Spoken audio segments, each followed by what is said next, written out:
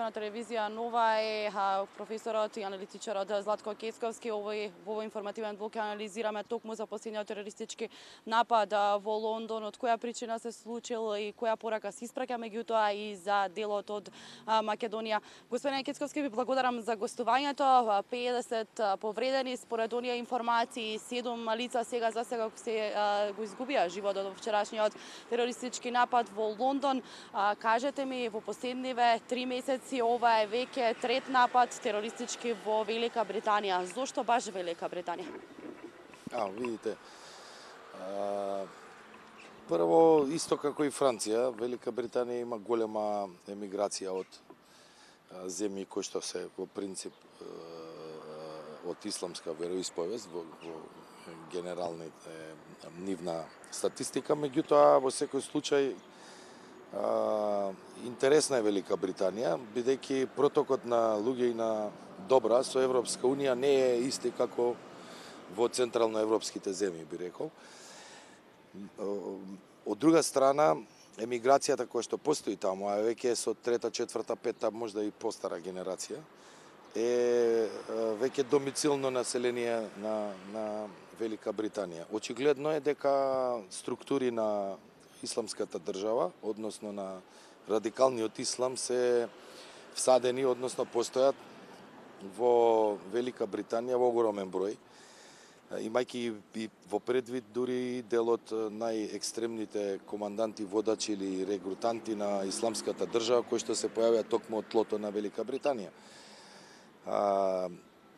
Целта или можностите веројатно во Велика Британија отвараат простор да можат да се извршуваат вакви акти, иако една од, односно безбедносните служби на Велика Британија важат за едни од по-силните во светов, вклучувајќи тука и разузнавачката, меѓутоа и контраразузнавачка служба, значи МИ-6 и МИ-5. Меѓутоа, бројката очигледно е многу голема и начинот на извршување е тежок за откривање. Значи, начинот на дејствување на ваквите терористички групации се кели или поединци. И е тежок пристапот и начинот на контрола на една бројка која што е веројатно голема. Така да, мислам дека овој тренд нема да запре, значи терористички акти ќе има и понатаму, и не само во Велика Британија, ќе има и на тлото на Европа, како што сме и сведоци, нели, преку Франција, преку Германија исто така, Белгија и така натаму, крупни и големи. Лондон, видете ги градовите каде се извршени во суштина терористичките акти, значи се познати големи центри на западната цивилизација. Целта на тероризмот е токму привлекување на внимание и медиумска, нели, медиумско покривање на тие настани од светски размери, така да во секој случај нивните цели се извршени. Значи направиле акт кој што е покриен од мас-медиумите, добило светска, да речеме, гледаност, така да точно оние елементи на тероризмот се пополнуваат еден со друг. Затоа и во принцип се извршуваат во Манчестер, или последниот, па во Лондон, или Берлин, или Минхен, или Брисел, или Париз, Мадрид и така натаму, Барселона, центри кои што се така позначени за западната цивилизација. Кога веќе претходно беше препознатливо оние терористички напади, извршување со бомби, бомбаши самоубици, и сега во последниот период ги гледаме еден различен метод со користење на автомобили, прегазување на пешаци и користење на оружје.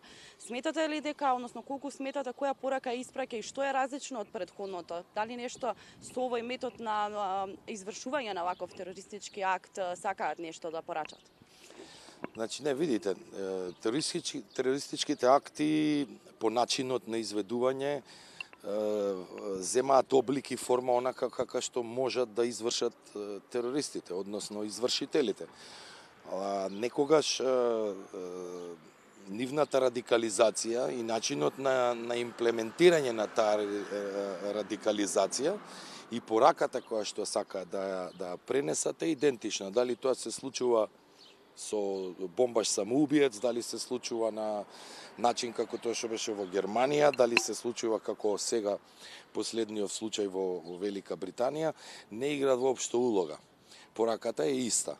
Начинот на извршување зависи од можностите, нормално, меѓутоа целта е што повеќе жртви, значи да се нанесе што поголема штета поради поголемата медиумска покриеност на настанот, нормална појава, односно нормални цели на терористичките групации. Целта во секој случај е доловена.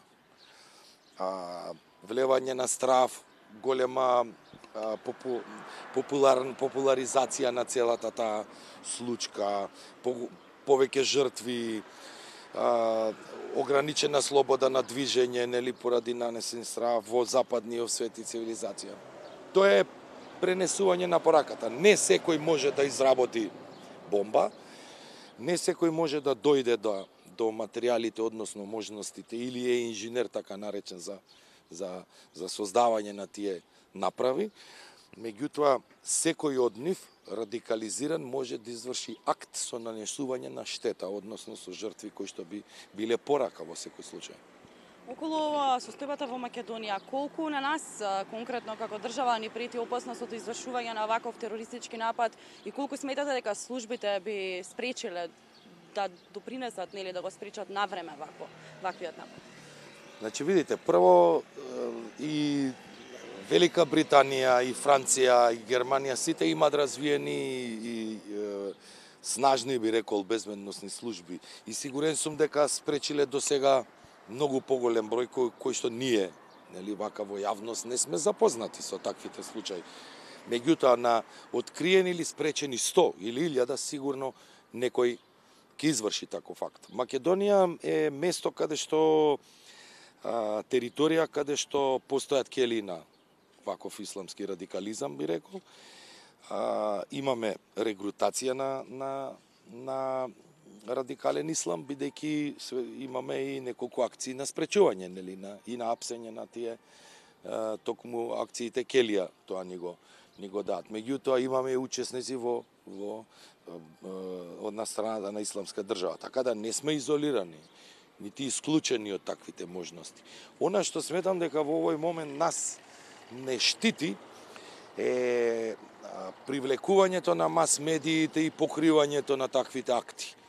Значи, ние сме мала држава и не е многу интересна нити за западниот, па нити за овој свет каде што преовладува исламскиот радикализам, така да во една таква рамка имаме заштита токму поради мас медиумите, односно покривањето на целиот тој случај.